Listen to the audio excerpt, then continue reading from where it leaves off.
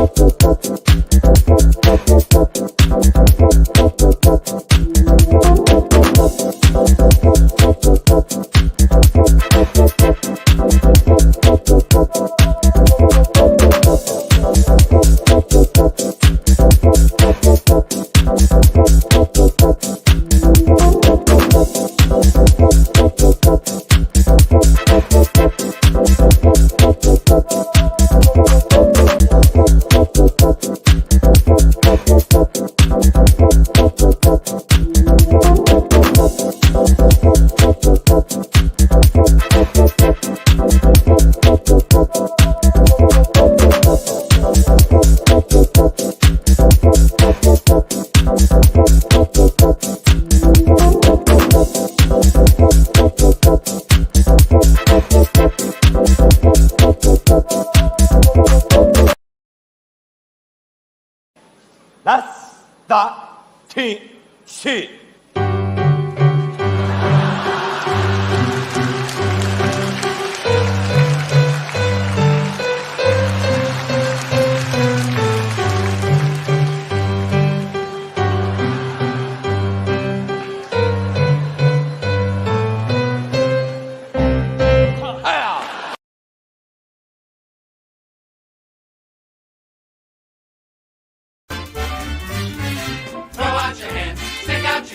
Hands on your hips, give them a push. You'll be surprised you're doing the French mistake. Voila! Shit. Have you got it? Yes. Sounds like steam escaping.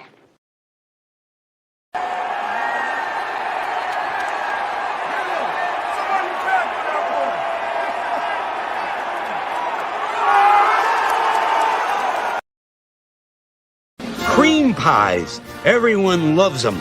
Comedians, baseball players, even protesters. Cream pies are a rich American tradition and also delicious. My mouth's getting wet just watching her eat that cream pie. Asians know electronics and fish, but Americans know cream pies, except for them. God bless cream pies. And God bless America. And China, too. Elaine, is it your birthday? No. I don't need a reason to give gifts. It's my nature. I love to make people happy. Are you ready? Yeah. Ta-da!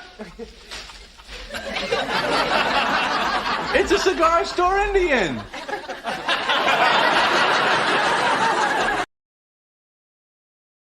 Put the damn seats back, you dumb foreigner.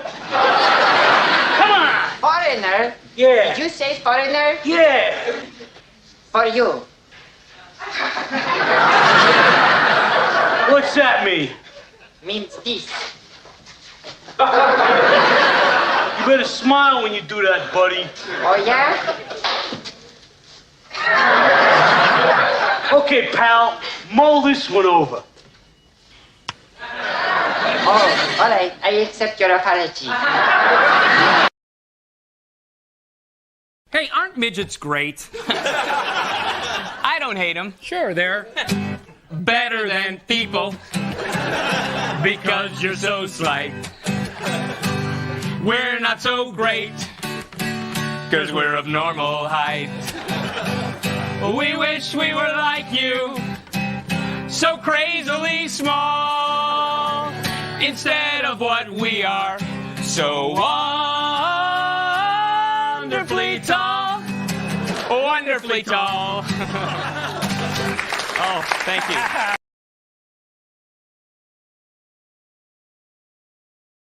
Well, it's not really up for you to decide. I mean, that's current slang. Well, I think it is because I'm a troll. It's an offensive term. Well, that's what it means, so... That's not what it means. It does mean that. If you need me to look it up in Webster's and show you, I will. You're basically just a big... Don't say it. My being a troll is not related to my online trolling. I'm sorry that people use the term trolling. Don't use the but word. When you're a troll if you and say you it, I'll troll, hit then you. you're trolling.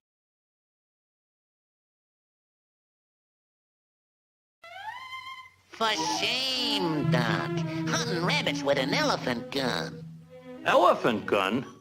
That's right, Doc. So why don't you go shoot yourself an elephant? You do, and I'll give you such a pinch!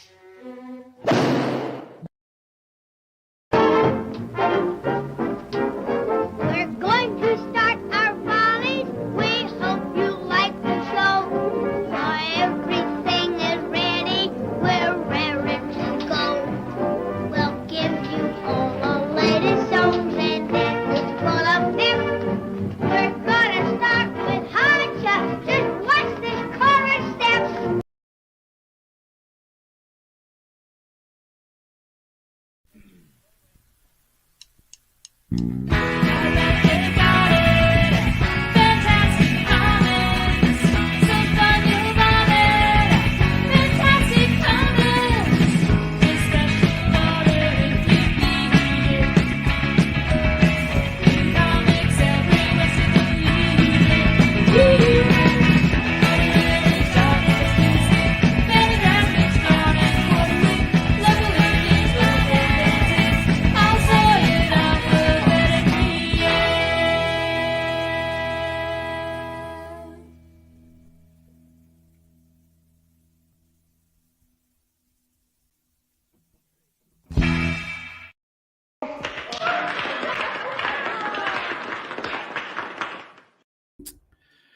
Hello, everyone. Welcome to Fantastic Comics Presents, our 140th consecutive Tuesday. This one's entitled Fight Night. Yeah. For those of you that are new here, this is indeed a comic book show on YouTube, but from a store owner's point of view. That's right, Fantastic Comics is not just a show every Tuesday night, but every Wednesday through Sunday from 12 to 5. We're also a comic book store. And I'm there to greet each and every one of you with a smiling face, unless I actually was wearing a mask in between customers. You don't need to, but if your sniffles, and not like the sniffles I have right now, which are probably related to allergies. Or, you know, you done something to open up some sinuses. Anyway, this is a show about a store and a guy that's just trying to sell some comic books. I'm not one of those shows that says, you know, you got to pay attention to this comic book. It's gone up 140% since I don't do math. The only math I do is stuff that I can do to run the store, and I don't really look at, projections and things like that. I just say, oh, this comic ain't selling. I don't need to know by how much, other than the number I want to cut it to. Or, this comic is doing so good, I got to start increasing my numbers because people are starting to catch on.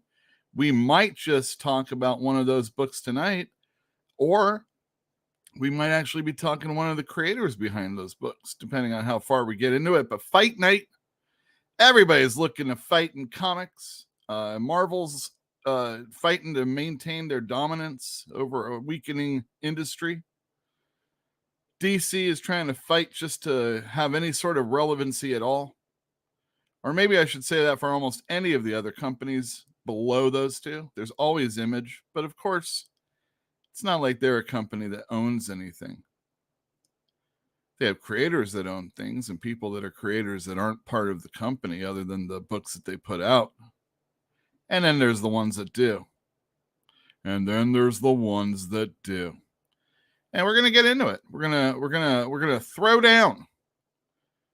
But first, I'd like to say to everybody that's in chat right now, this is why you've come. I mean, you're going to get your say. We're not like one of those shows that has like a zillion people on it, chatting away, trying to get, their silly comment in. But, if you want to like drown out Fantinium, you're welcome to. Anyway, on that note. We didn't come to borrow any money. We didn't come to borrow any dough. We didn't come to borrow any trouble. We just stopped in to say hello. Oh, hello to you, Mr. Manny. Please don't think that we are hammy. We just stopped in from Alabama. We just stopped in to say hello. Oh boy, you said it. We just stopped in to say hello. And don't forget it.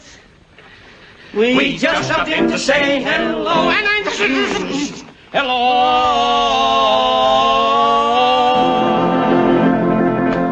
Hello. Goodbye. Hello, everyone. Let's see if I can find the right. Where did I put that? Oh, here it is.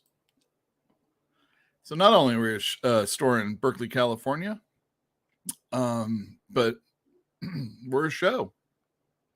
And sometimes people come and watch it live. And sometimes when they do that, they also say hi in the chat, or maybe, something specific about what I'm talking about. Not usually. Maybe something that I could talk about next week, like specifically targeting me to. No, that doesn't happen. Sometimes talking with each other or trying to get themselves over Fantinuum early on and itching for a fight. Where are you now? Where are you now? Because this was at 4:00, everybody. 4:30. Wake up, Fantinuum. Wake up. Or is he out seeing movies? That's what he does often, Jill B. Pill is in the other room. Hi, Jill. And that is it. I see people out talking Saul. My man. How's it going? There's at least one comic book I know you are like super jazzed about. And we'll get in it in just a few moments. But as you can see, that's how you spell my name. Even to this day, it's so hard to figure it out. Anyway, yeah. Hello, everybody. Oh, you're driving home right now. Well, I know. Well, I mean, you could have been asleep at the wheel, so I've saved your life. Remember that. Remember that when I hand you your stack of books tomorrow, also Fantinuum. Okay, so what do we do when we first start the show? It's not always an always thing, but it has been since I've started it.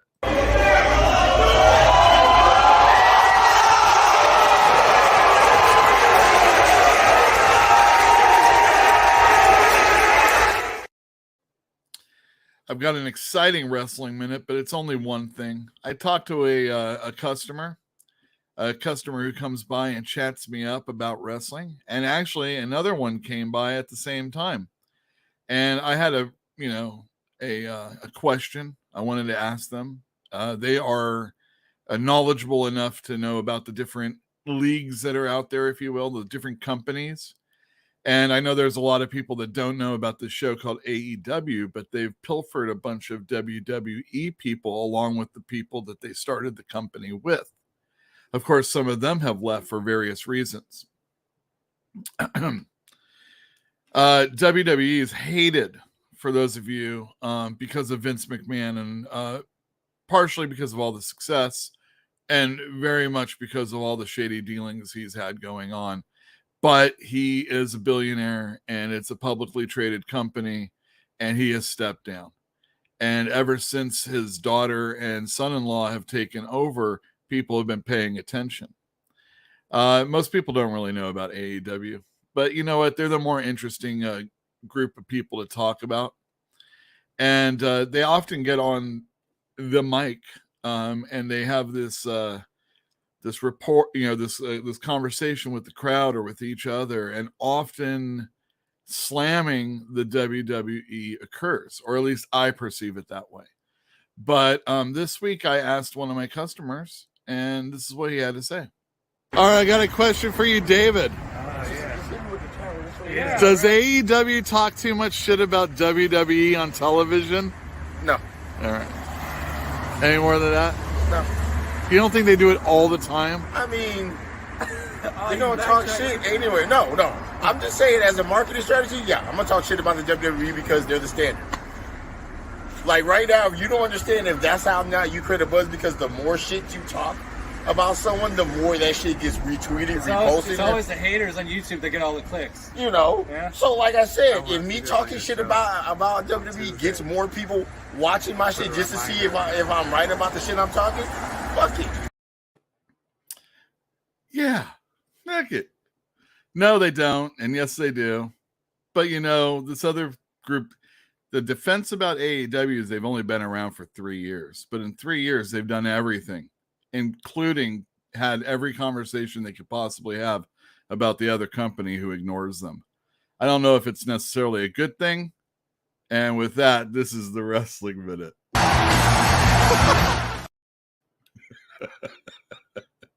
What do you guys think of chat? You care about wrestling? Goddamn wrestling? Seriously? All right, let's get back to chat. Let's see. Jasper's here. Yo. Oh, wow. At 4:30, Not Near Mint was in a trial. Good for you. That means there's work. Don't ask me that kind of question right now. Soon? It's not this week, so at least 2 weeks. That's what I'll say.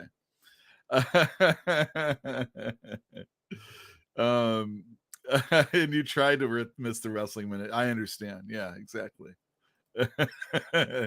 I find it hysterical that Vince McMahon doesn't go on TV anymore because he feels he looks too old on camera.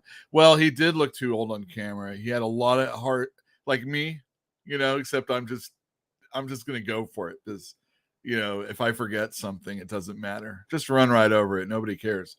But he was doing a fairly good job when he was dealing with Theory, Austin Theory. I don't think it was really as great as he had hoped it would be. And partially it was because of him. And that was really the last time he had been on for any significant, you know, for like quite a few years. And yeah, he's now retired. So we're not going to see him except for maybe like birthdays. And he hates that kind of stuff. And I don't know. There you go. Okay. First up, let me see. Oh, banners. That's right. How can I forget? We're gonna here's a new segment. These are favorite Bobs. Last week, 3 comic books came out. I have a customer named Bob, and he's a real cool customer, a Chicago Bears fan, and he got to celebrate a victory over the 49ers, and seeing him happy about that made me even happier. I live in enemy territory. What were his books that he thought were pretty spectacular? First up, a DC comic book, everybody out there. I have Jilby Pill working on it. She's going to give us a guest review next week in some capacity. And Sergeant Rock, #1 versus Army of the Dead. This is a 6-part miniseries, and it's written by Bruce Campbell with art by Eduardo Rizzo.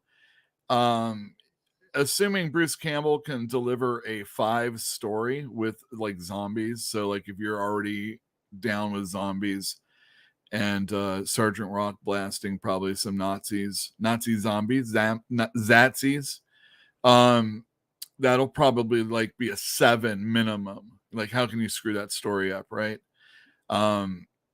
Maybe like put him in a dress at some time.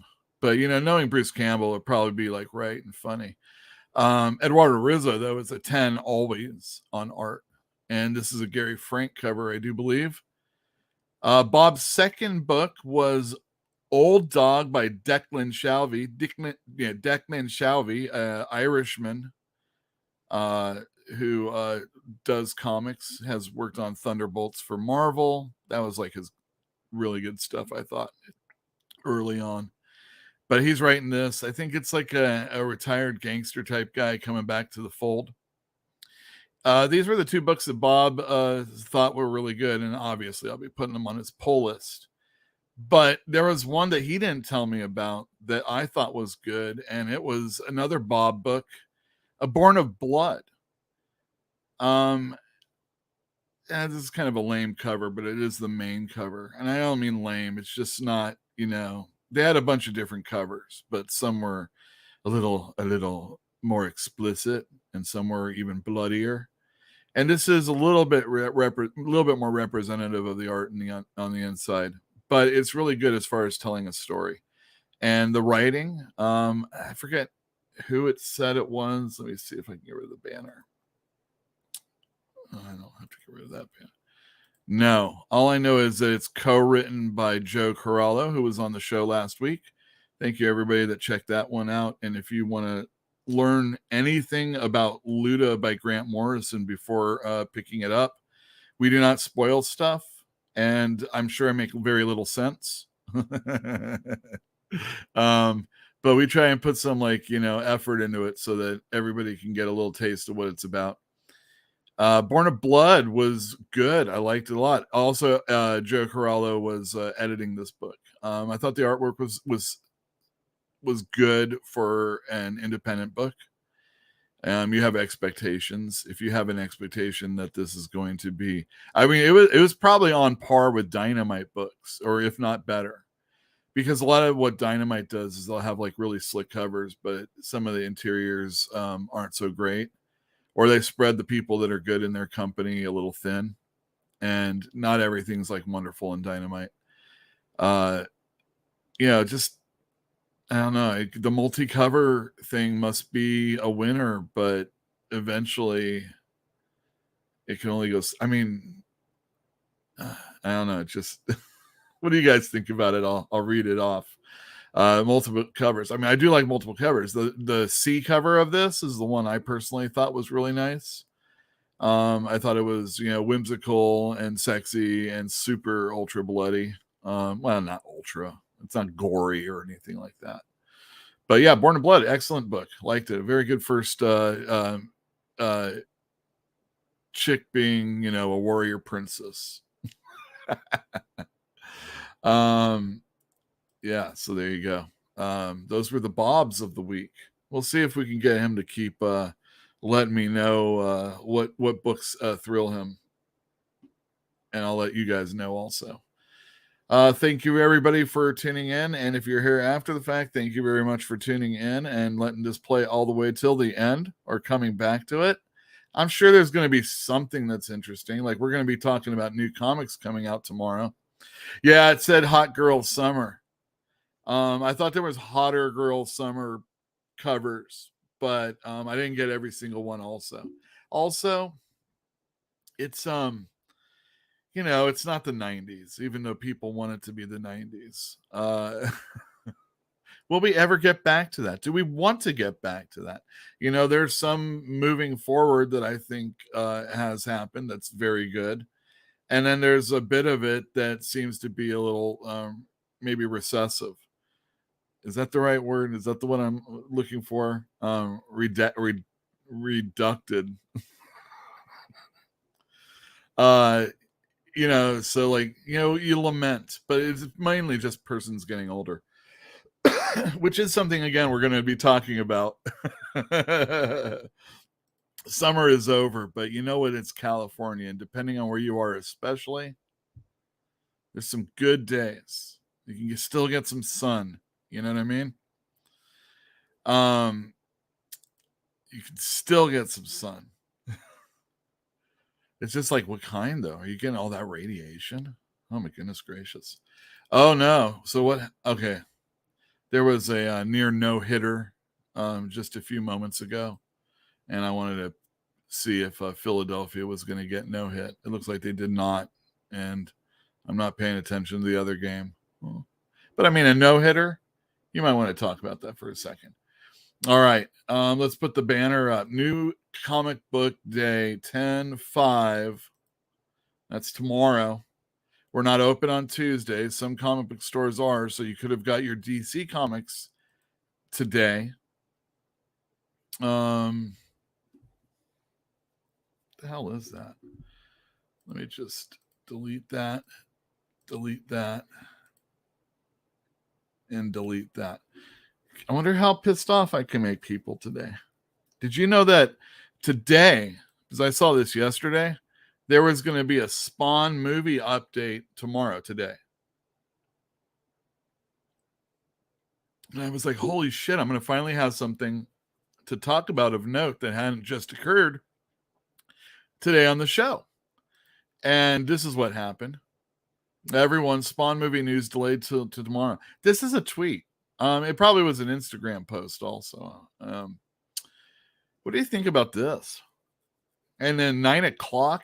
Oh man, I'll be up and I'll be doing work at the store probably, or getting ready to go to the store.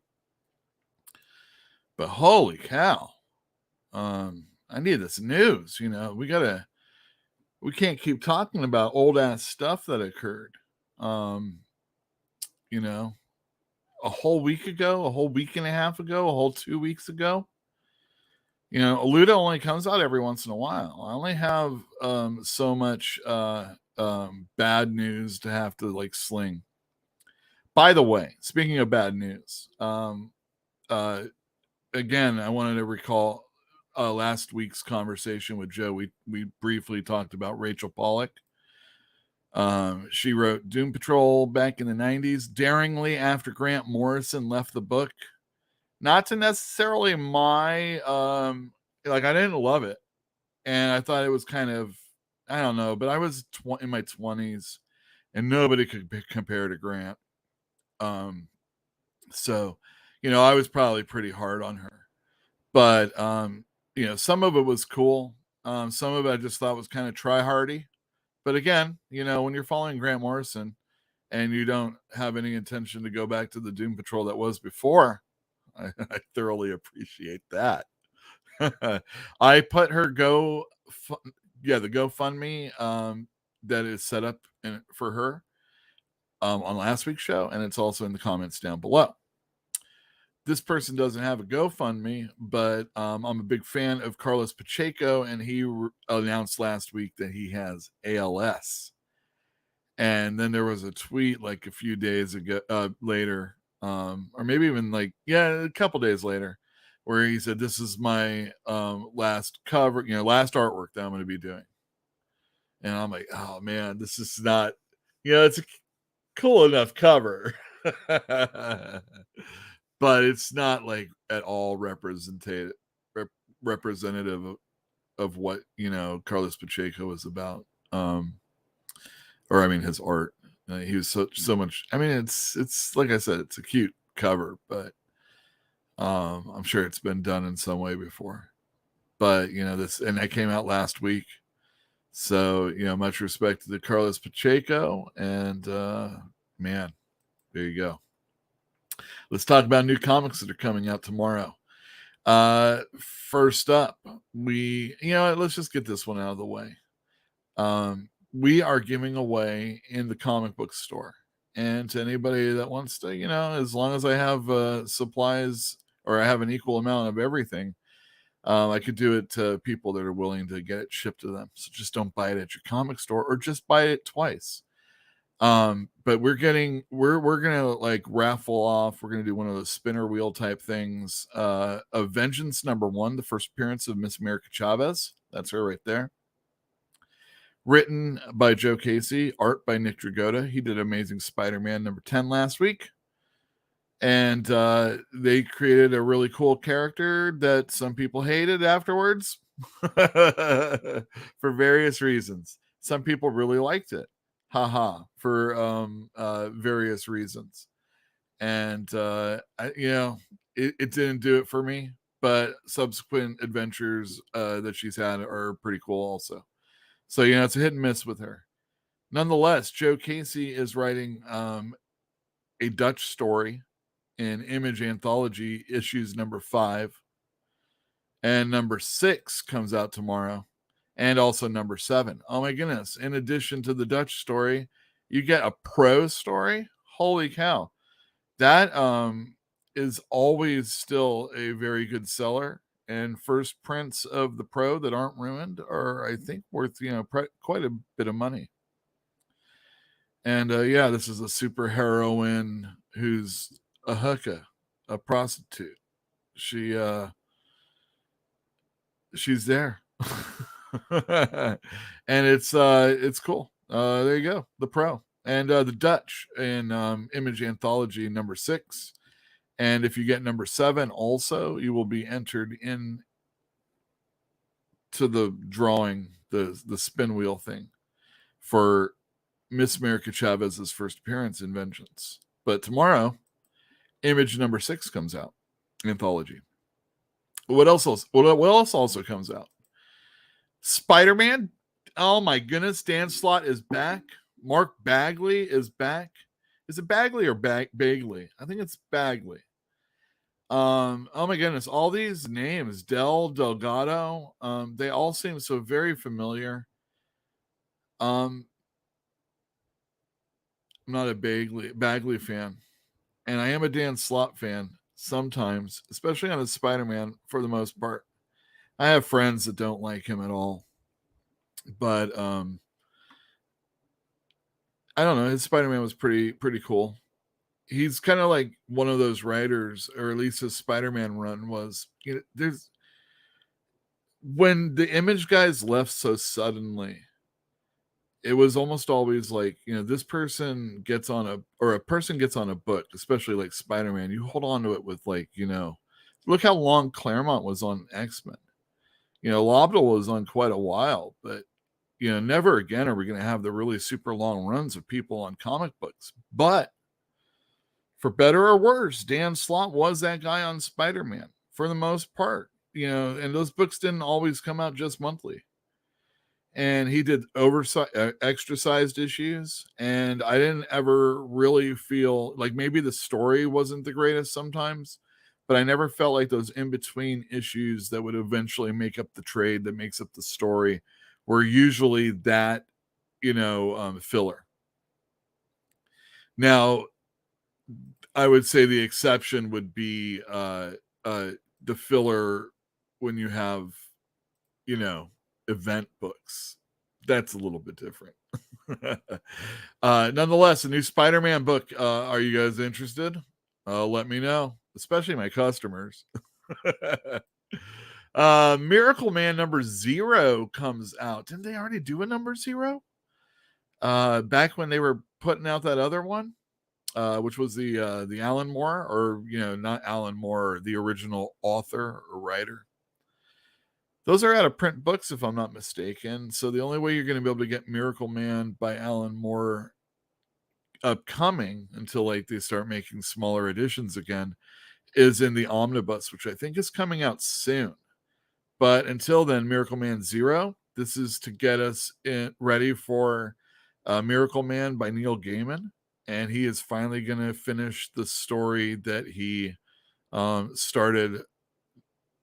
Everybody that's like upset about crowdfunding and waiting for his story. This has been since like, oh my God, what is it, like 92, maybe even earlier? Oh, goodness gracious. Batman 128, a gentleman who's been contacting me on Twitter about trying to get some comics for him is really into this story and says 128 is not to be missed. So if you are a Batman fan, I have been increasing my orders on the books. 125, the first part of the story, went to a second printing. They're written by Chip Zdarsky with Jorge Jimenez on art. And there's a Catwoman story backup also by Zdarsky. And if you're like, oh, I like Catwoman, but the regular series ain't doing it for me, it's a damn good comic book.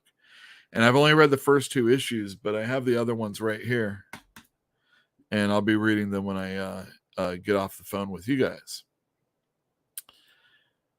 Next up, we have Hulk number 9. Hulk Planet starts here. I think Ryan Otley's involved in the writing. No, wait. Is this the vent? No, that's Thor. Yeah. I think Ryan Otley's involved in the writing on this one. Al Ewing co-wrote the Donny Cates Thor, and the only thing fully written by Donny Cates lately has been that Vanish comic book that came out through Image. One wonders. Next up, we have Earth Divers. I was going to look it up. Stephen Graham Jones. They're like, Stephen Graham Jones is making their comic book debut. Let me see. Stephen Graham Jones, Who is this? Stephen Graham Jones is a Blackfoot Native American author of experimental fiction, horror fiction, crime fiction, and science fiction. Well, I love the word experimental. I didn't know. I might not have put all those jokes, the Native American Seinfeld today, if I would have realized that. But Earth Divers is coming out. Check it out. I got extra copies. I thought, this might be a good one. I think I remember looking him up. Nonetheless, next up we have Star Fox. This is an Avengers X-Men Eternals one shot. I personally have never been a big fan of the Star-Lord. But what the fuck is going on here? Like, when I thought the Star-Lord was, that was what Star-Lord looked like. And even recently, they put Kitty Pryde in another relationship with somebody named Peter. And this is what it looked like. My goodness gracious. But damn, seriously, that's Star-Lord? It looks like, or Star Fox? Oh, that's Star Fox, not Star-Lord. See, I screwed it up. Oh, well, that makes sense. Never mind. What are people bitching about? There's also another Axe or origin issue, or one-shot issue, X-Men. Yay. If you just, there was Axe, like X-Men comics have Axe tie-ins within their stories. And then they had Axe, Judgment Day, Death to Mutants 1 through 3, and now they have Axe X-Men 1, which is a one shot. So there you go.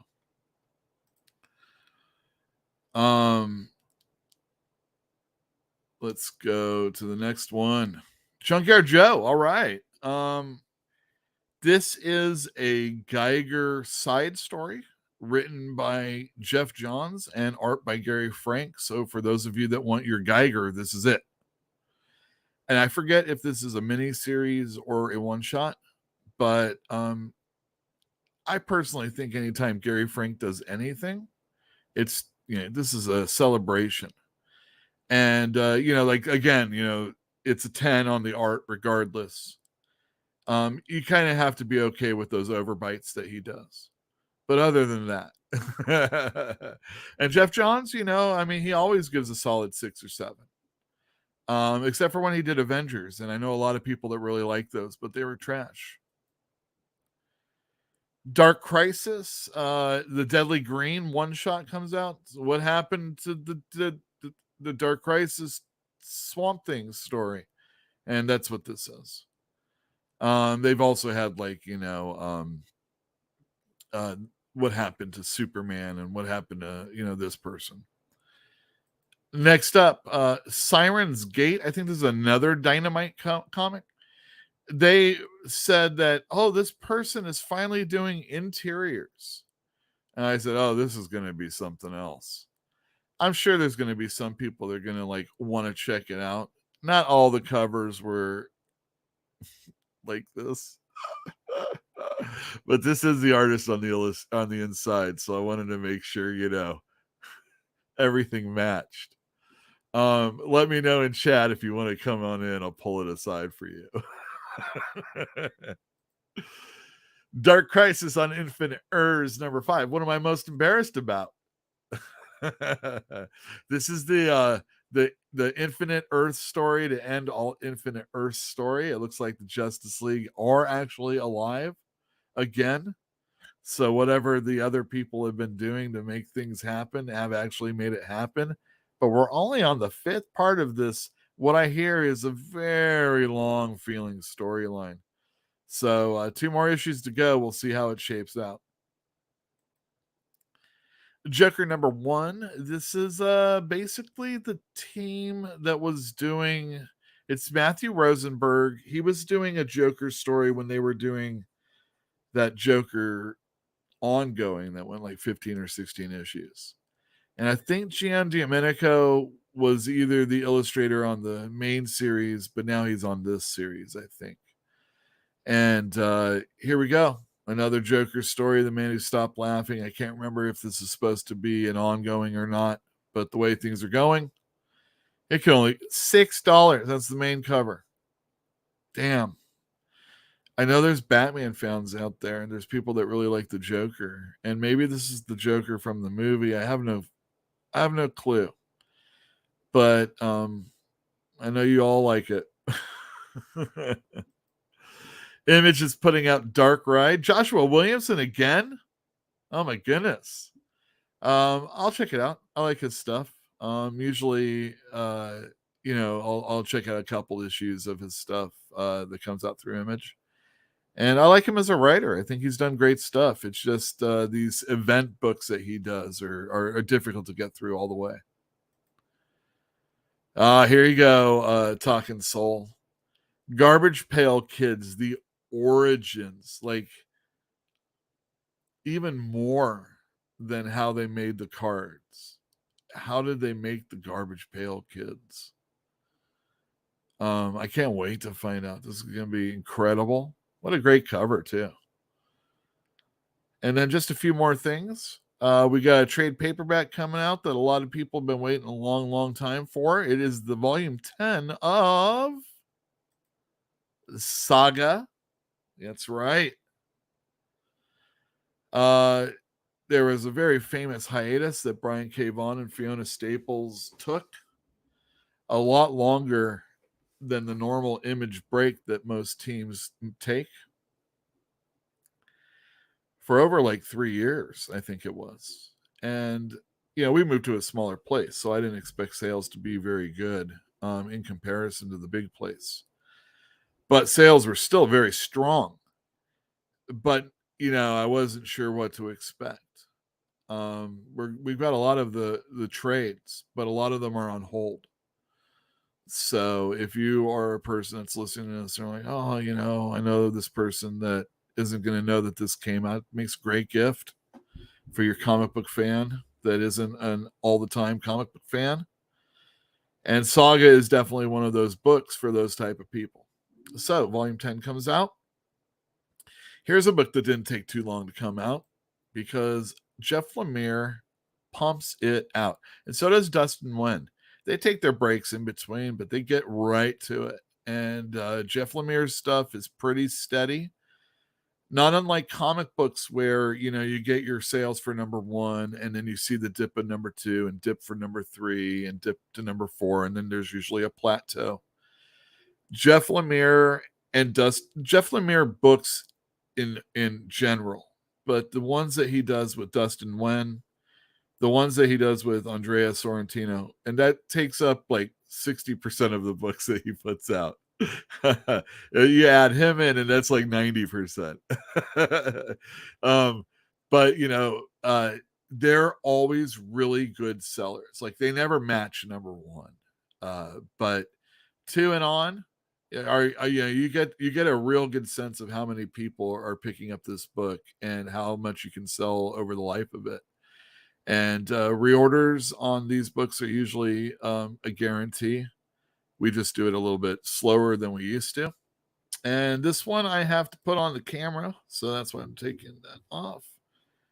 Joe Hill, who it's not like a secret anymore. He's the son of Stephen King.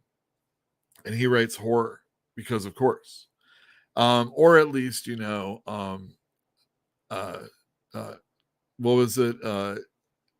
Experimental horror? I don't know. We're following this one of these characters. I forget. I think it's her. And these two are in a relationship, I think. Or maybe she's in a relationship with another woman, this one. And she's going to meet, I think she's going to, I don't know, someone's going to someone's parents' home.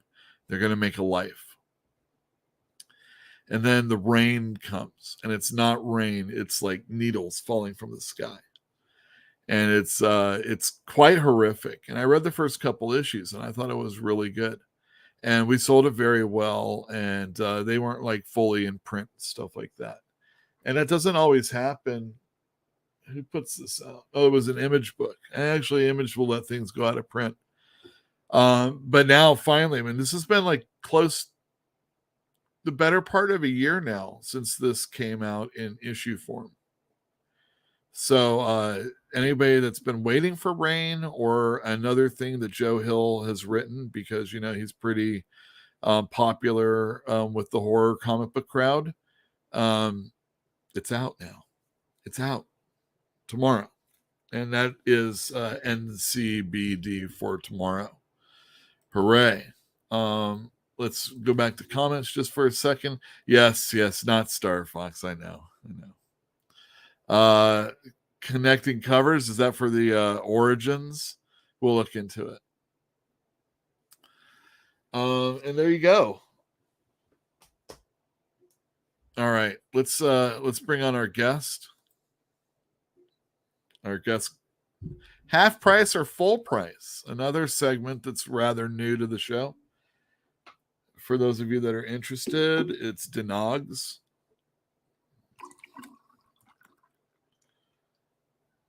It's just a sip.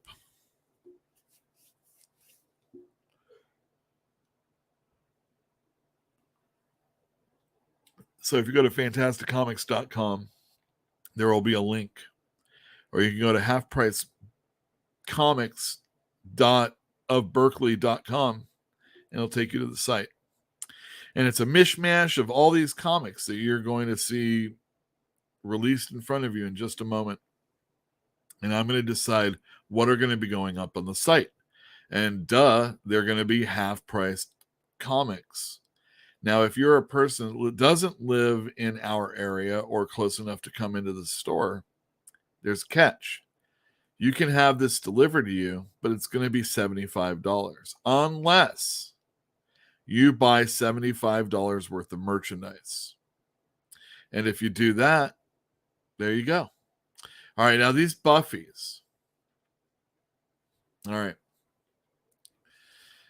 I'm hesitant because they go out of print, and I know a lot of people dig these. Brad Meltzer, really? He does a lot of vampire stuff. Who does the other one? Joss Whedon. Oh my goodness. Didn't he get canceled? He's not allowed to work anymore. He's actually on that one. So that's number 4. Jeff Loeb also. Carl Moline. That is probably an out-of-print book. That probably is an out-of-print book also, because, you know, it bounces to different companies and they do what they do. I would love, God, if there was some way that we could either put them all together or force burn the orphanage on other people, then I would go to half price on that. Otherwise, we might want to put it on eBay. What do you think? All right, let's go half price. Damn, that's good. So when that goes on, I would recommend, like, look it up. I mean, that might be worth the $75 shipping. Oh my goodness gracious. Oh my God, what was I doing? What happened? There had to be a mistake. That was when I learned that nobody gave a shit about Cena Grace. And nobody gives a shit about some knockoff. I ask the question all the time. If they're going to make a movie based on something that you like, you know, like for nostalgia, why would you do that? Just go ahead and make your own story. The problem is firstly, who would care about Double Dragon? And you know what I mean? Seriously? A half all the way. Can we make it a quarter? Damn. Maybe we should just donate them. I bet we get more money if we donate them. Damn, that's hard. A half, obviously. The Bunker. Who writes that? Joshua Fielkov. A half. Oh, is that the entirety or is it volume? Volume 3, half. Half. Oh, look at this. Shaky Kane, everybody. And there's another one too. Those are very good. I want to drive people to the site. I could probably put that in the store, but let's go half. That's a good book, everybody. I mean, this is kind of like auction time, it's half, it's gonna be like $7. Shaky Cane. Oh yeah, look at his art. This is great. Now, you're gonna look at it and you're going, this is kind of like All Red, and I agree. Or maybe it's kind of flatter than All Red, and maybe you like it because of that. There is a lack of depth with his art. But I think it's unique, and he does fun stuff. My buddy, my common law brother-in-law, did a book called The Beef with Shaky Cane and Richard Starkings. And that one's good. Fun art. My buddy got to write a book. It's through Image, so you should check that one out also. I remember somebody reviewed it and was like, what the fuck is this shit? That should be half. What are you doing? Half it. I wasn't that eloquent. Jay Faber, half it. God bless Jay Faber. I'm getting excited about that Captain America. I'm not. Damn, this is are those both the same? Is this the mini series? Jesus, this is so bad. Oh no, it's volume 5. What's the back say on it? I defy. Oh yeah, the very bottom. The very bottom. It's 1 through 10. Oh my god. All right, so this one starts off. She goes and she somehow works her way into another universe where her friends that are on a ship in this other universe, but they're not her friends. Horrible. Jeff Johns wrote that issue also when he did Flash. He was like, not even Barry Allen, it's Wally West. Wally West wakes up and he's like, what the fuck? Everybody that's bad is good, and everybody that's good is bad. And I'm a bad guy, and that type of stuff. And it's like, oh, this is such retread shit. Half. No, full. I said it's retread. People love retread. Remember that. It's a lesson. When they don't like retread shit is when you make Captain America a Hydra agent. I don't do it that way. Who does the art in the back? On the back, let's see. What does it say? Joe Bennett. Donnie Cates. Nick Spencer. Obviously, Sean Isaac. So this is getting towards the end of the Captain America is a Ratsy. I would recommend that book half. I would recommend it. I bet it's out of print now. And if you want the full story, it's pretty good actually. A lot of people crap on it. Hold on a second with that. People crap on it, but I think its failure is that it went too long and it didn't fix itself. The Captain America. You had a MacGuffin. You should have used the MacGuffin. You used the MacGuffin, but in the lamest way possible. And it never really left a definitive answer. We know that the Captain America that's a Nazi is the real Captain America. And the Captain America that's running around fighting against that type of person is not even a real person. That type of thing. And it's very... Is Captain Marvel popular in the Bay Area? When I was in a bigger store and the Carol Corps was a thing, especially in the early days, we had a women's reading group that got together in the store, and for sure, Captain Marvel was a big deal in the comic book store. As far as the Bay Area, now if we're talking about Ms. Marvel, the Kamala Khan, I think a lot more so.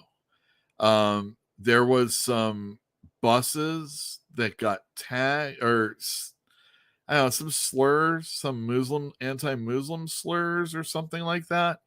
And the cover, I think it's Cliff Chang who does the cover, the very first one. They made a poster out of it. It covered up those things, and I think they were on like buses, so there was probably like some exhibit and some slur was put on there. And there were the posters. Now, if I was a cynic, if I was a conspiracy person, if I believe that all, like, we kind of talk about it a lot at home or in the store. Weird things happen, and a lot of times people seem to benefit from it. And I don't even really mean, like disaster lines where people are gaining aid are slowed down so that someone can get a photo op. That isn't even a conspiracy. That shit just happens. Yeah, and Berkeley is Berkeley. Like the anyway, Captain America. This also sold very well for us. Morales, R.I.P. Chris Bachalo. Great art. Let's keep it. Let's go full price. It looks like it's got some cable. God, I love Bachalo, man. He's so good. And yeah, that's the guy who wrote The Truth. That's when people are always outraged by something that happens in comics. They're always called some sort of name. And a lot of times it's probably just age. I love to say the old timers hated this book when it happened. Cannibal, Jesus.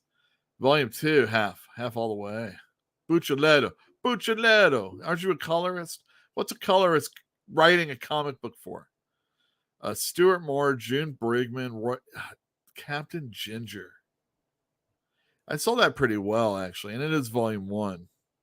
Now I put it in half. Let someone get it and come in the store. The rise and fall of Captain Atom. The fact that they did this to him. Look at that. The hair. Cary Bates, original writer, when he moved over to DC. Captain Atom, that is. It's a mini series. Nobody's going to come in and ask for it. Go ahead and half it.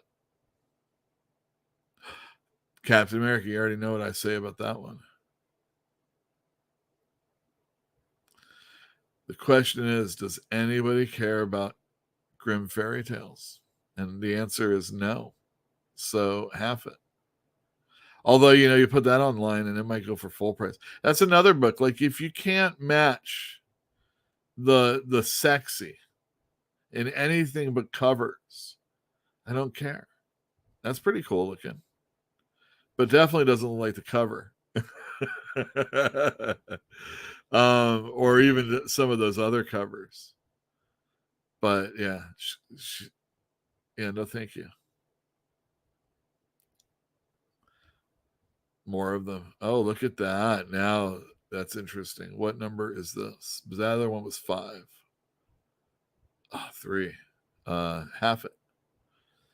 It really wasn't that bad a series, guys. Just to let you know. I mean, a lot of people hated it, but it just went on too long.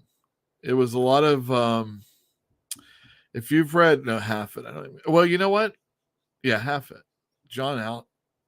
Yeah, it's number 2 on top of it. You know what? I could put it in the all ages probably. Go ahead and keep it. See if it's in print.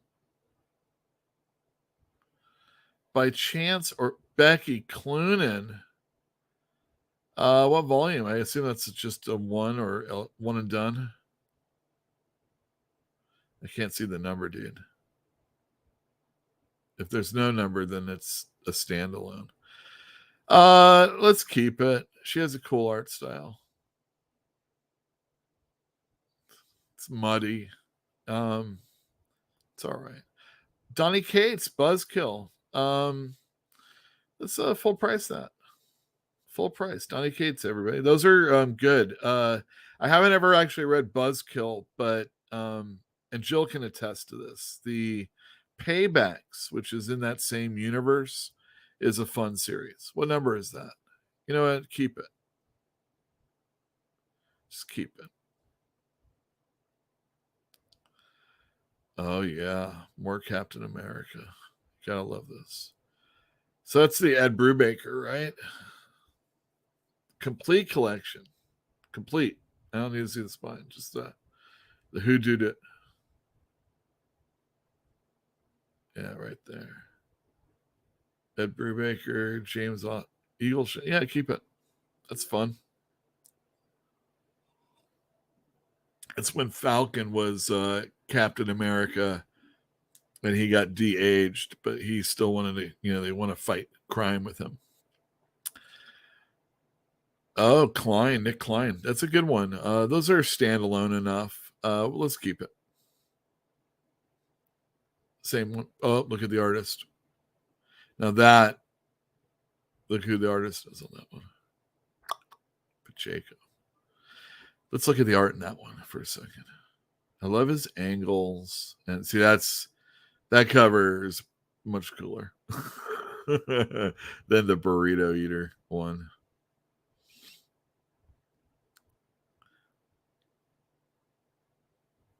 I liked his bloopy fingers.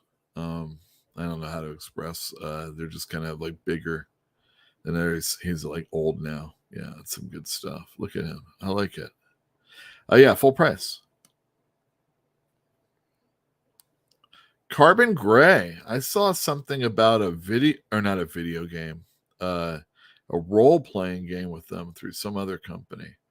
I also heard that those guys were like, after they made the comic books, they were like, all right, where's our payment? And they're like, that takes a while. You got to make some money first. Let's go half.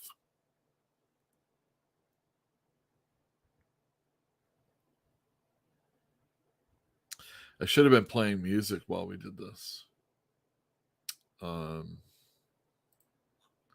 Next time I'll remember to do that. I'll do it now. Sci-fi fantasy music. Tune in.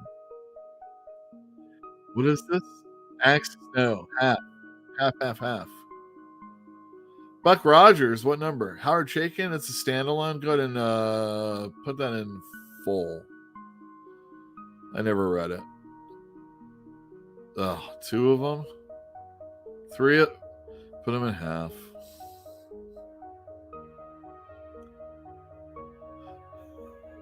Half.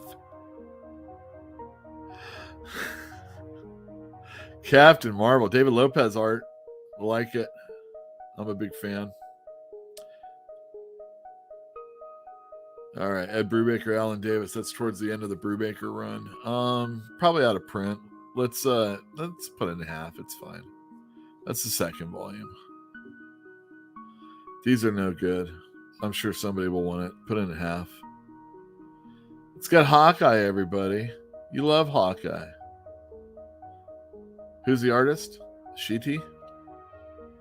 Oh, Viti Buffagni. Captain Marvel. Pizza Head. Jill knows what I'm talking about. Captain Marvel. DeConnick, Ellis, and Lopez. Who's the Ellis? Can't be Warren, can it? Every time you just look on the back. Warren Ellis. Well, Kelly Sue DeConnick. I heard some of her start was being on those Warren Ellis forums. So hopefully she didn't know about what a cad he was or anything like that. That would be horrible. I like David Lopez's artwork. I like his lips that he does on the characters. It's kind of Kevin McGuire like.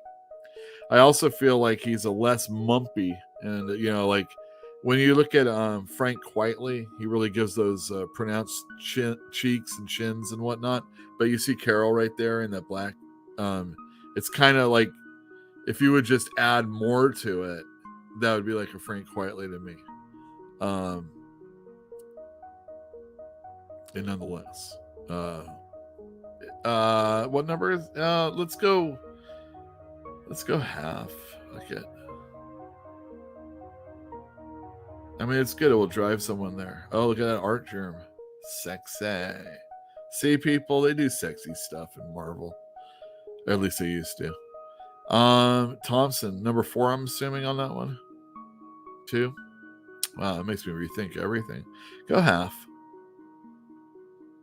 There you go. There you go. That's good stuff. You trying to get somebody into comic books? A lot of those are very good. I'm very magnanimous there. Look at that small ass stack. Just the Ed Brubaker and oh, wait, did I say by chance Providence? Did I really? Oh yeah, but it's Clunan.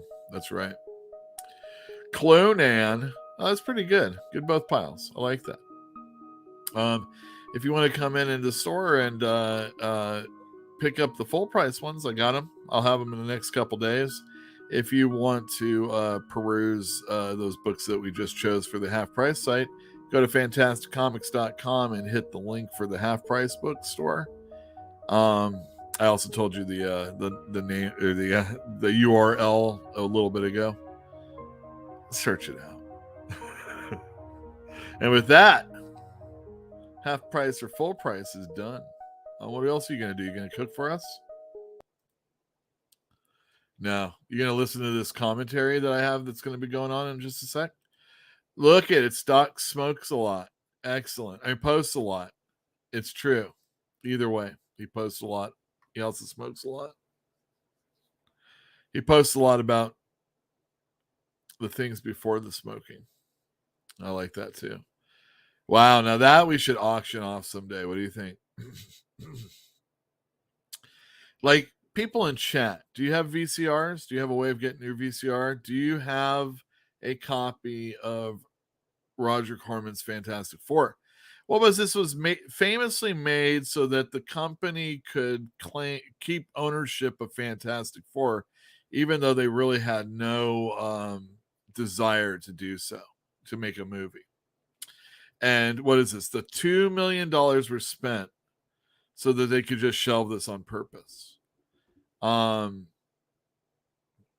assume they had to go ahead and actually produce it because, like we've seen, where they got rid of Batgirl recently, at HBO and whatever company that was, Discovery.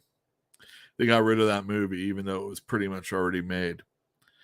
And they've already spent $90 million. Why would they do that? Because they're going to get $90 million back. But these people, it's better to make a really shitty movie. $2 million, I mean, at that time was probably a lot more than, most people would spend to make a shitty movie. But, how much of that was Roger Corman's salary? And then, oh my God, if you haven't seen Reed Richards' stretching arm gimmick in that, oh my God, it's like they threw his arm out, and then you watch like a Stretch Armstrong just kind of going across the screen, and then the hand ends. It's great stuff. And then of course Johnny Storm's Supernova is. I mean, these are Hollywood classic moments. And yeah, we should definitely do an auction on that fucker. That'd be great. Is an auction on this show something that people are interested in? Would it be better to be earlier in the evening, a different day? Maybe on the first of the year, I should do it. Every first of the year, we do a nice little auction. I've got something in the other room that is like, holy cow. It's nobody would, when you look at it, you'd be like, oh, this is like warped. Who cares? I could probably get a different version of this and it'll be better. But I got it comes with something, and that something isn't warped and probably not super easy to get, especially in the mint condition that it's in. And it could be exciting. So what's the deal on this one? You're just showing us the bunker. Who's the art? Joe Infernari. Yeah, it looked all right. I just there's nothing about it that really sings to me. Also, it's volume 2. I'm personally not a fan anymore of really long stories or stories that I can't jump into. And I think it's the barrier to comics is it's been a self-inflicted wound. And also I think trade paperbacks, my store was heavily dependent on trade paperbacks. When I worked at Comic Relief, it was very dependent on paperbacks. You make a lot more money in one fell swoop if somebody buys 5 trade paperbacks as opposed to 5 comic books. But there used to be a longer wait in between. And then eventually, because of lateness of books sometimes, or just because, I've had actually same day releases of the last issue and the trade paperback sometimes. In my lifetime, I've dealt with that. That's ridiculous. Like, nothing you produced is so hot that you couldn't have made a comic book with 2 of the issues in it and then waited a while. And that's kind of how it used to be. But we call the people that, and I think they call themselves that also, they're trade waiters. You buy the first issue, you like the story, and I'm gonna, some people do it with issues, and I understand, it sits and you haven't read. I got 4 issues of Batman I get to read. This is wonderful. I'm enjoying it now. I got 2 more when I get off with you guys, and it's gonna be great. 128 comes out tomorrow. But what about all this drama? Let me see. Mark Waid, Rob Liefeld, and Patrick Zurcher walk into a bar. I'm not going to get into nitty gritty because other shows have done that. You could go to I Love Comics with Ingleton. He had a big old thing with it. And Ed Breen is on the show when he, Eric Breen. Jesus Christ. And he's on the show, and they talk about it. Other people like Thinking Critical and Wes have talked about it. And it seems that Mark Waid had this Facebook post where he talks about getting older and being aged out in the industry. And he kind of goes on has a long conversation about it. And some of it, is kind of telling about what a person has to do to still be relevant in comics.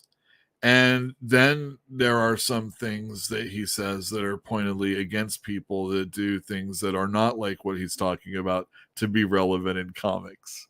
And you can make your own decisions on who he's talking about. And the thing is that Mark Waid puts up this he puts out a really good image of himself out there in comics or comics social media landscape.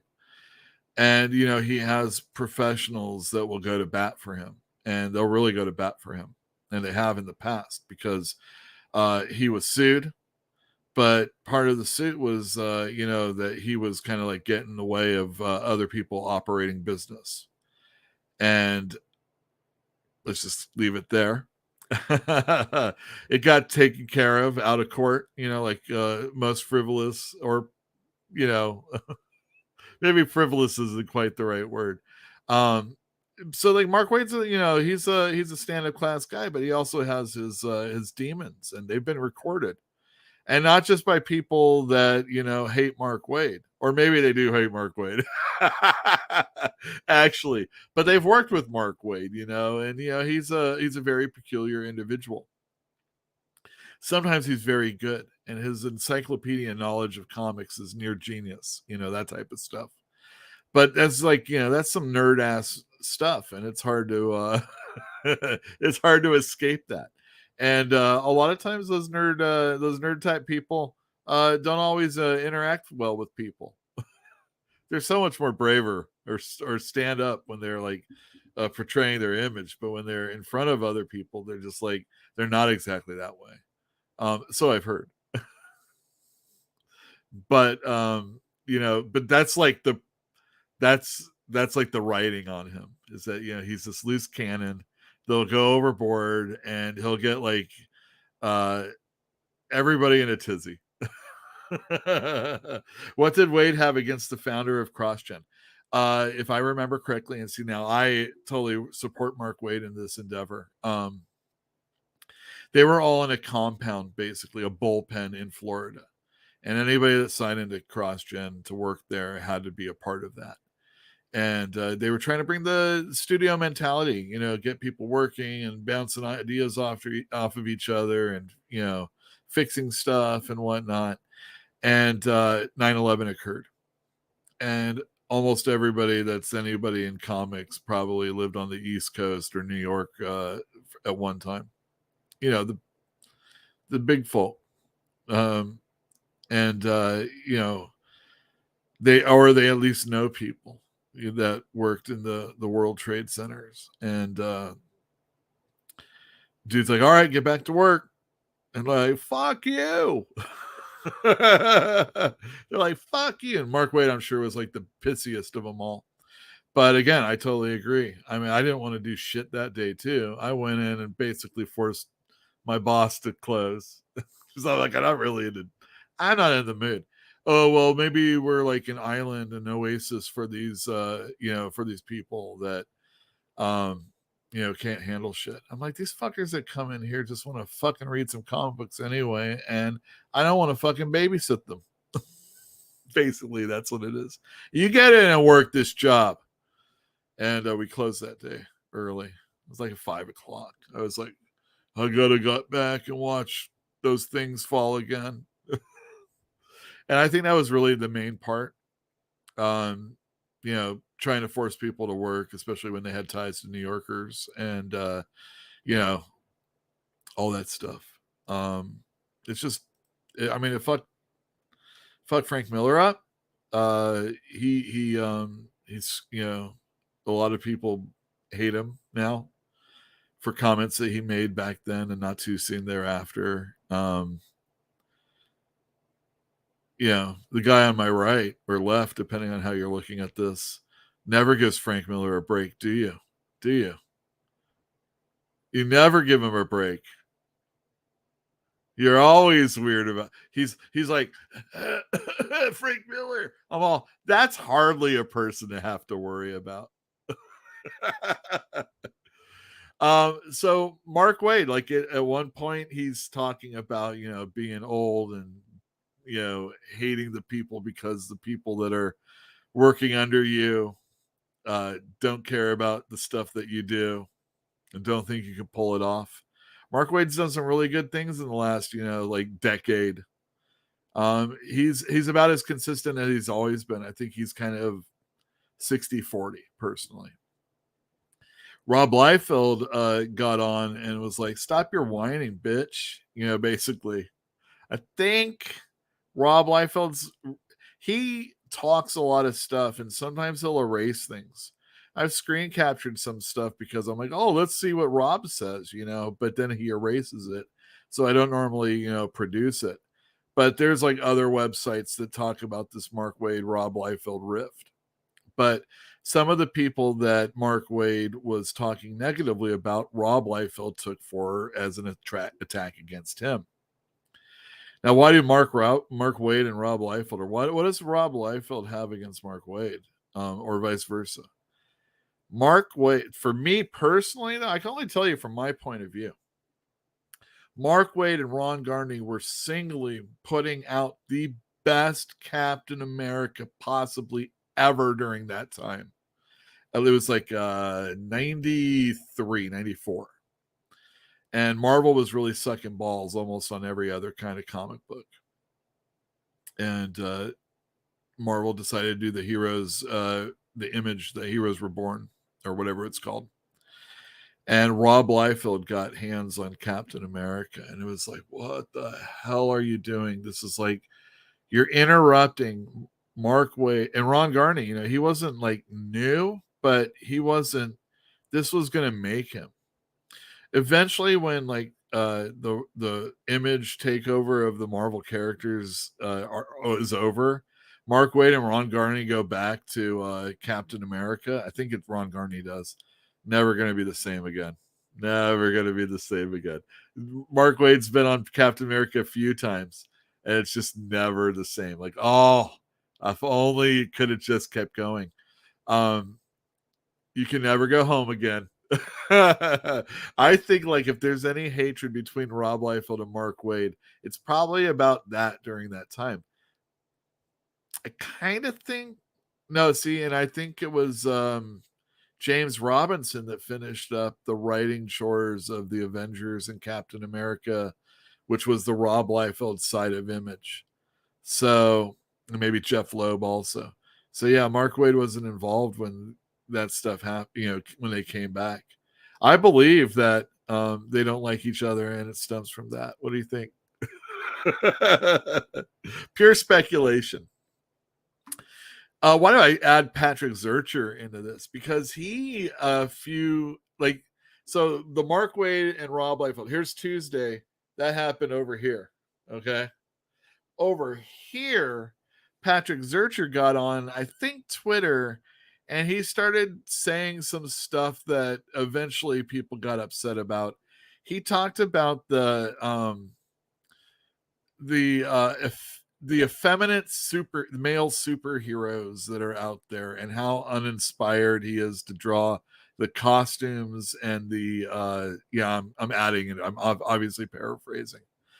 All this stuff. And he got people coming out. He even said superheroes gotta and again paraphrasing, superheroes gotta answer problems with their fists. And that isn't exactly what homosexuals are known for, fighting with their fists. I have that isn't always true. And if you think you're lesser for being beat by a homosexual, well, don't get into a fight with one. They can fight. Because you're going to really hate yourself. But I understand what he's saying, because it's not even really that. It's just the story and style of telling a story in comic books, superhero comic books, that has been ignored for a while.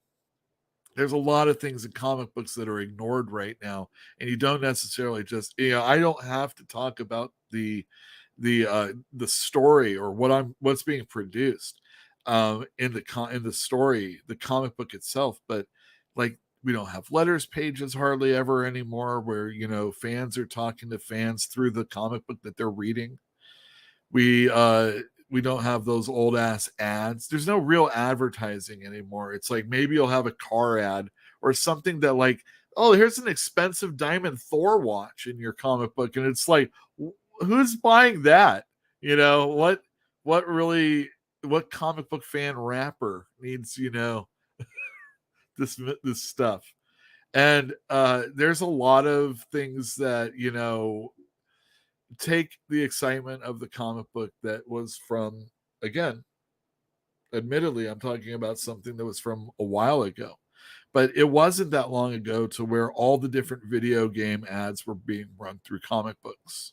Do you see those anymore? How many do you see? And it's such a special thing that they don't have advertisements in Image comic books. Well, they used to, and they always put them in the back of the books. But now if it's a Donny Cates comic, it's just all his books, It's like you're not helping the rest of the company out. And it's always and I'm bitching at one time about the Marvel ads. They do have Marvel ads. They're in-house ads. But it's all that other stuff. There's no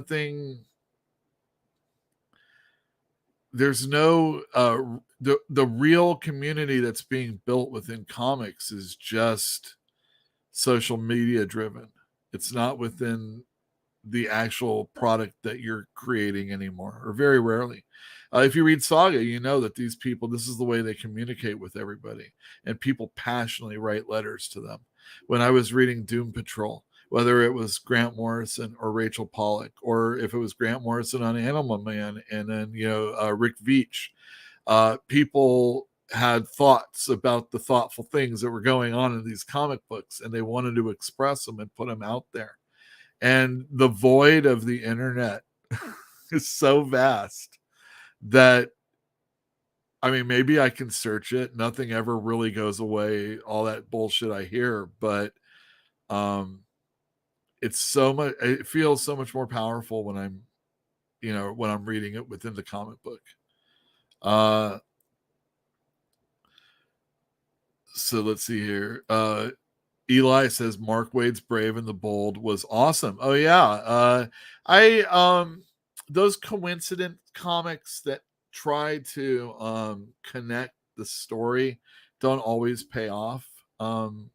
He definitely had really good artwork by George Perez during that time, though.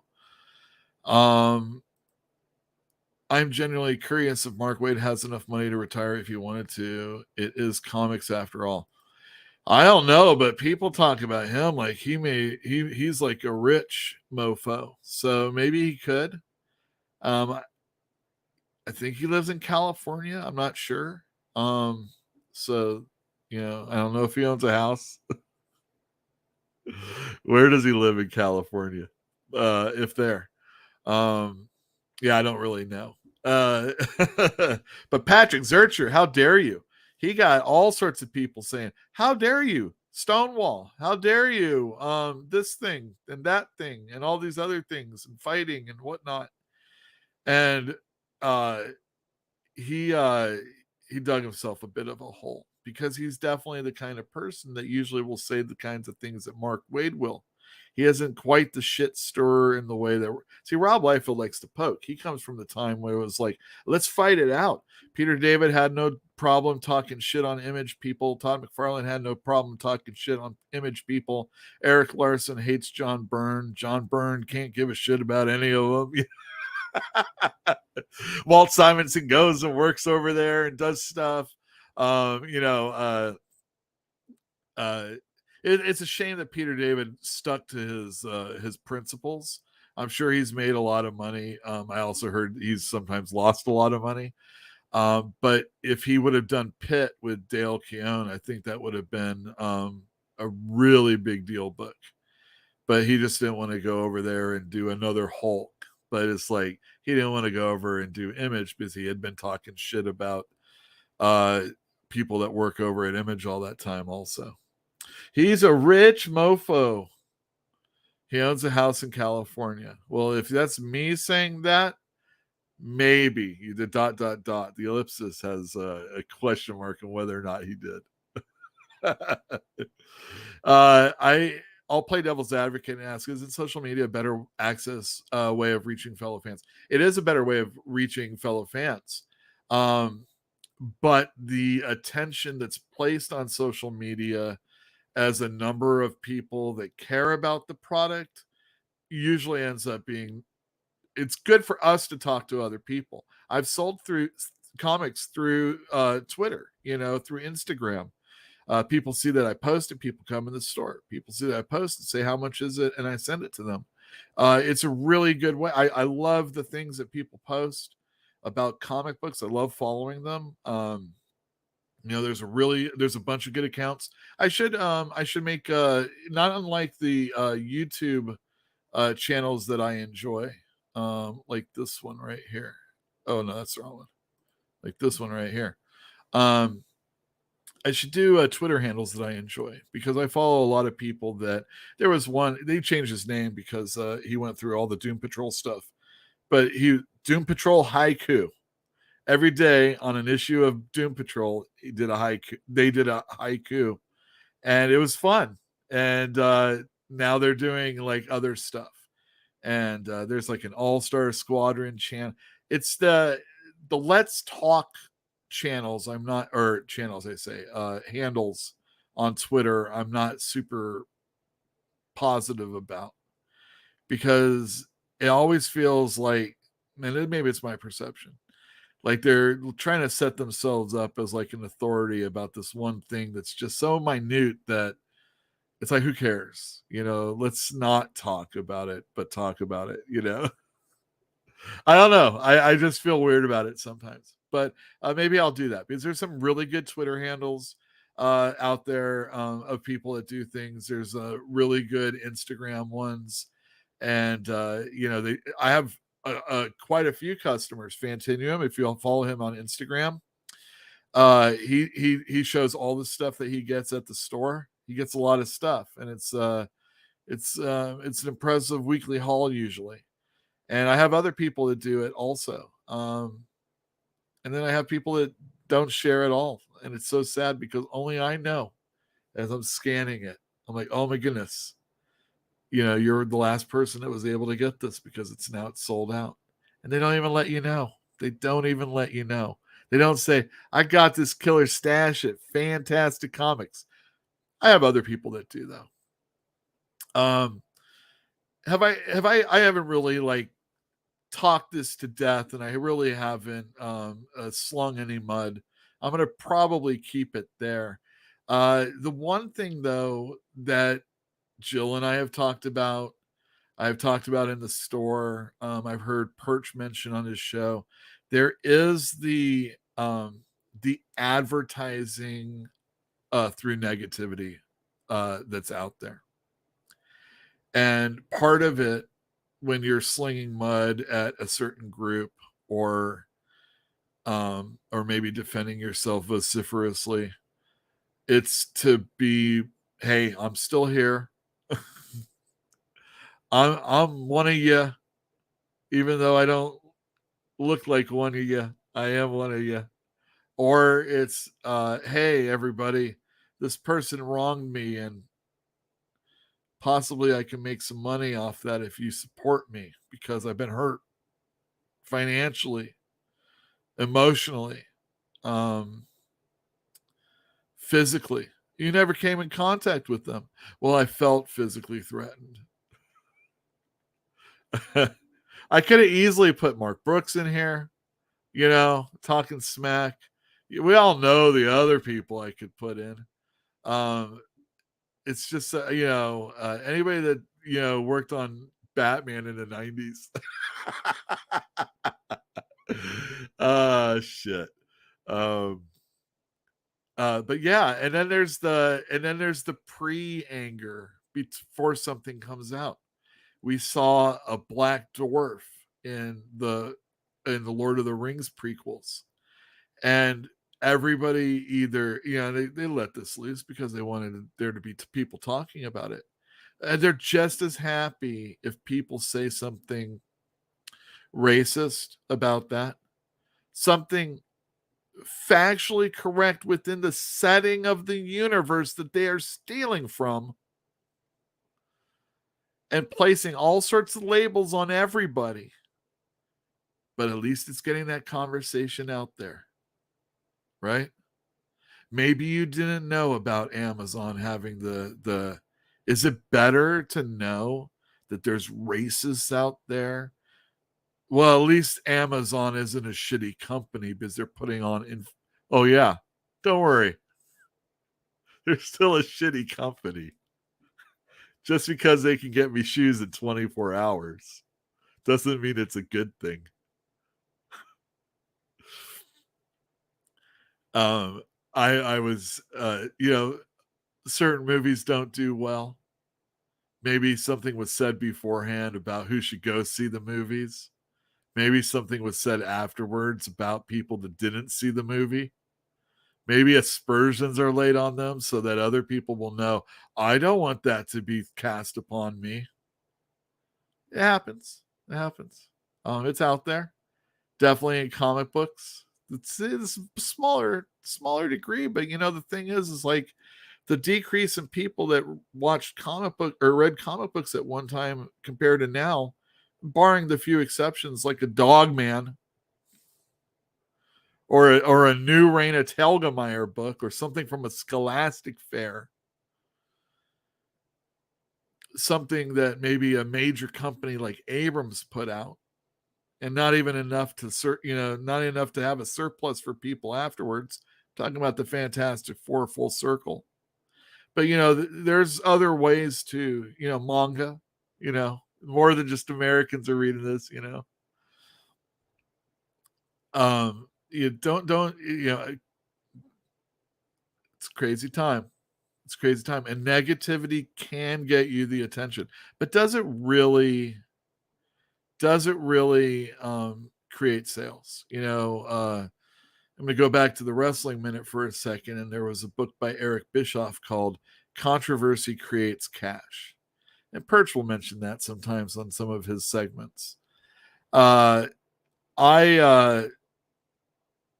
It's the old, there is, no advertisement is bad advertisement. No, whatever. I'm screwing it up. Yeah, there you go. A controversy isn't bad as long as someone's paying attention to you. No. Now, possibly because of social media again. And if everything is equal, the amount of people that are screaming don't really give a shit.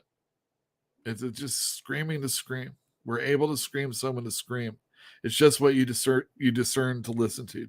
Decide to listen to. It's just the way it goes.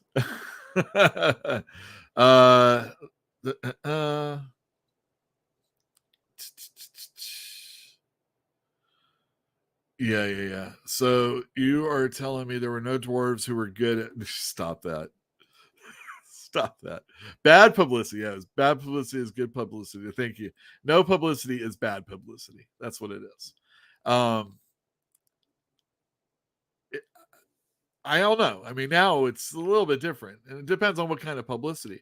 It also depends on how we, the frame of time that we're looking at it. Jill and I are watching old TV right now, and the difference between 90s and 80s is amazing.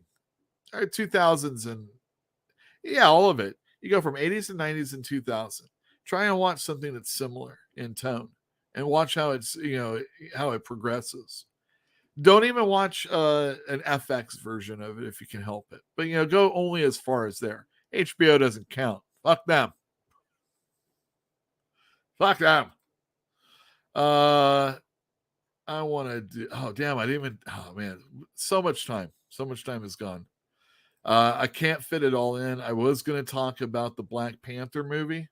I feel like I failed you. Last week, Christine left a comment that she hoped that Black Panther Namor will have wings that work. Killing him will risk eternal war. Well, she got her flapping wings, and I still say they're lame. I've got into a few conversations about that, but I don't care. Namor's lame, and his flapping wings don't do it for me. But I don't hate you. Yeah, Jill's... No, we're not doing no Falcon Crest. No Falcon Crest. JG, how is it going? Howdy. All right. Stay tuned. I'm going to shill in just a second.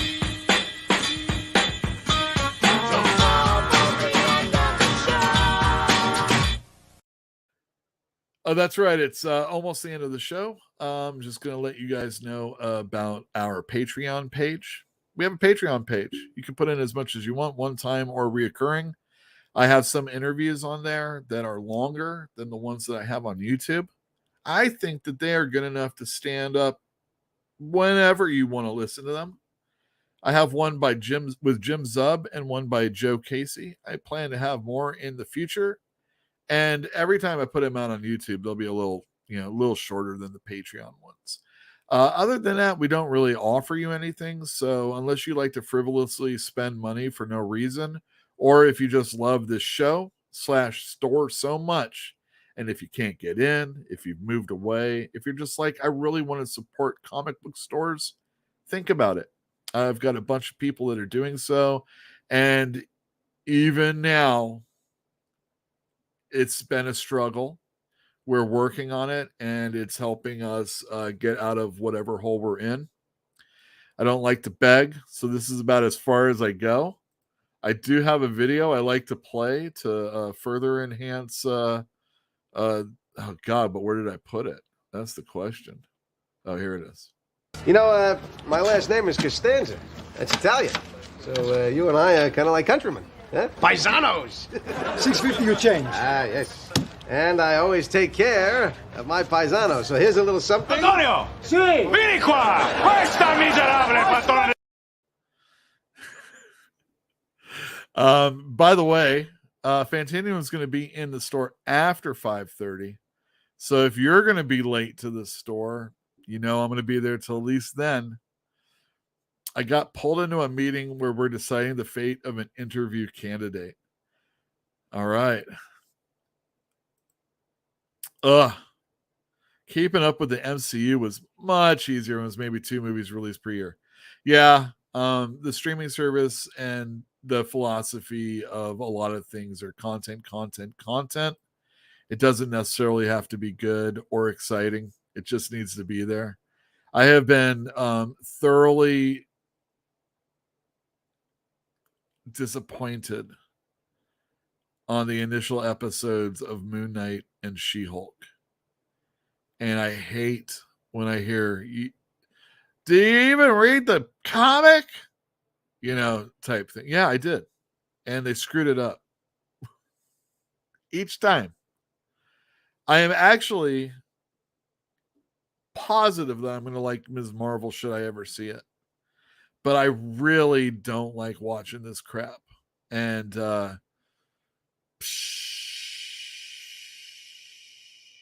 don't care about the Wakanda movie either. Riri Williams is in it. There's a here, let me see. I'll show it to you. It's right here, I think.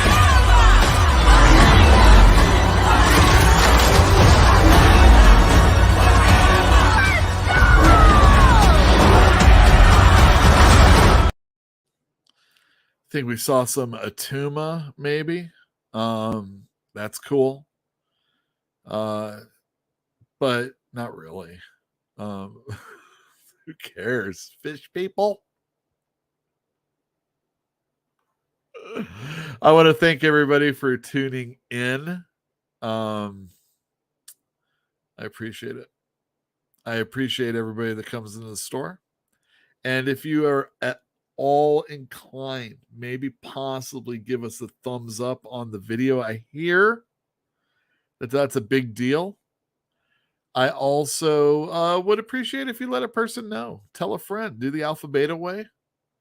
And, let them know. It's a fun conversation with Yule. Almost like at the store, but not as a little bit more reserved. Y'all know who come in. I'll try and be there as late as possible, as soon as possible. Excellent, Fantinium. Don't you worry about it.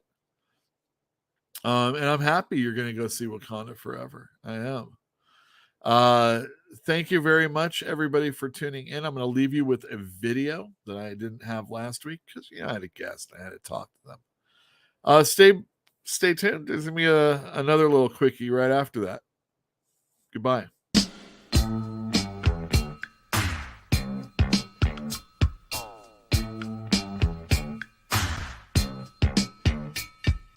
Lucy and Ramona cruising through the jungles of L.A. Hoping to promote a dream somewhere along the way.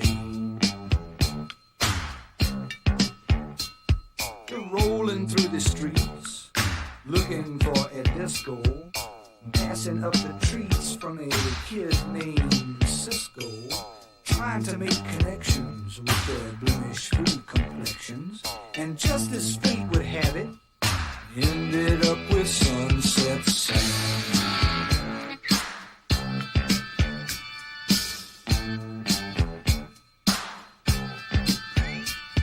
Sam was selling watches from a suitcase on a TV tray. And Lucy and Ramona kept trying to figure out if he was gay. The three of them were standing, staring at each other, when the light behind their eyes blew each other's cover. The ancient code was branded,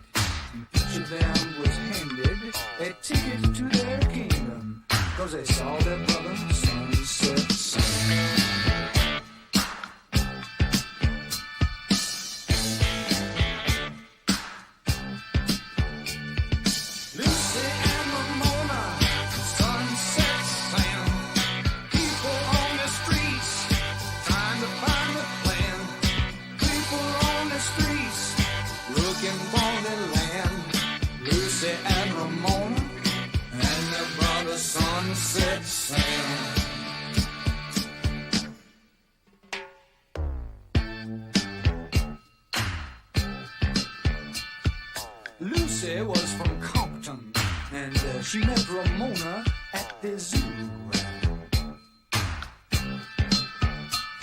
Ramona was from Brooklyn. She left when she was 22. Sam was a native of the Arizona desert, but he split when he was slated for some governmental make-work. Their differences subsided when the common bond was sighted. They were all from the same place that made the famous Sunset Sam.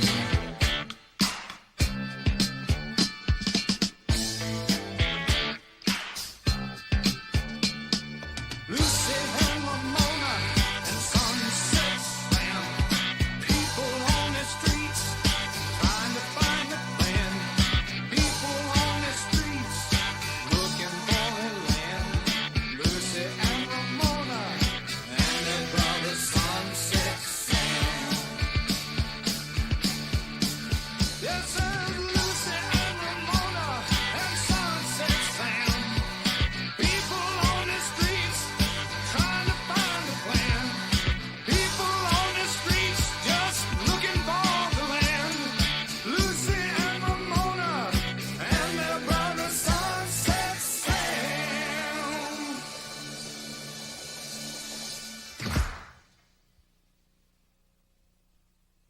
No, it's late. I should probably just go home. I had no idea. Hey, Jim!